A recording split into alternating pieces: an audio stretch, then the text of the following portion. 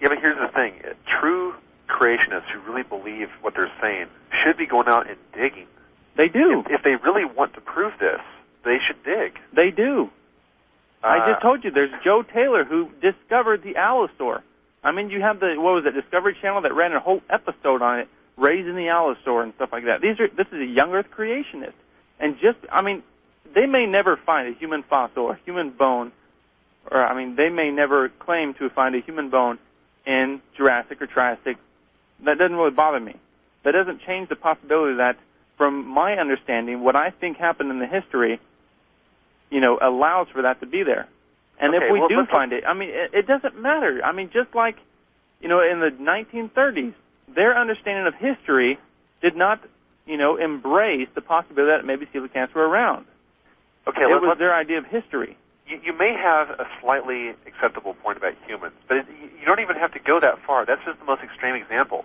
The creation story with the flood and everything doesn't explain why no mammals at all are found in, say, Permian. I don't see your point. You don't see my point? Do we have to... Is there a possibility that maybe one is there? It's a possibility, like anything is a possibility, but it's never been found. I wouldn't say anything's a possibility, but... not anything. Fine. I'm going to be, logical about it. Well, you get those people today, with the different types of... I would not listen to them if people... Okay, whatever. But let's just... I'm not perfect on my geologic column knowledge, but I understand roughly the order of these layers, and I know that there is a point at which mammals are never found below it. Well, I'm pretty sure that the Jurassic is below that point, if not that point. First of all, how are you going to distinguish if it's a mammal?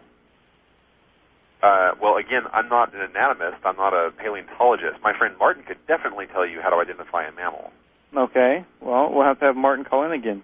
I'm sure he gladly would, because he wants to talk about this. Okay, but second of all, because there's only, not everything is a fossil. Some different types of nutrient fillings are in down there. But if we find a bone down there, like I was saying before, most of the time it's fragmentary in nature. Maybe we have found thousands of mammal bones in the Jurassic and Triassic and all that stuff. It doesn't matter, because they can always attribute them to something else.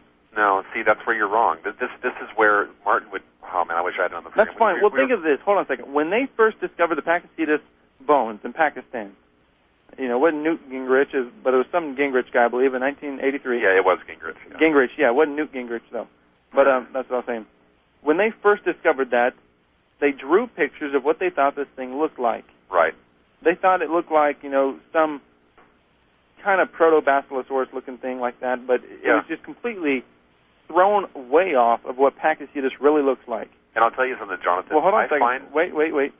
It was because they allowed what they believed about that layer to dominate what they found in that layer. Right. If they found a bone in some Homo sapien layer, they're going to allow what they believe to dominate what they find.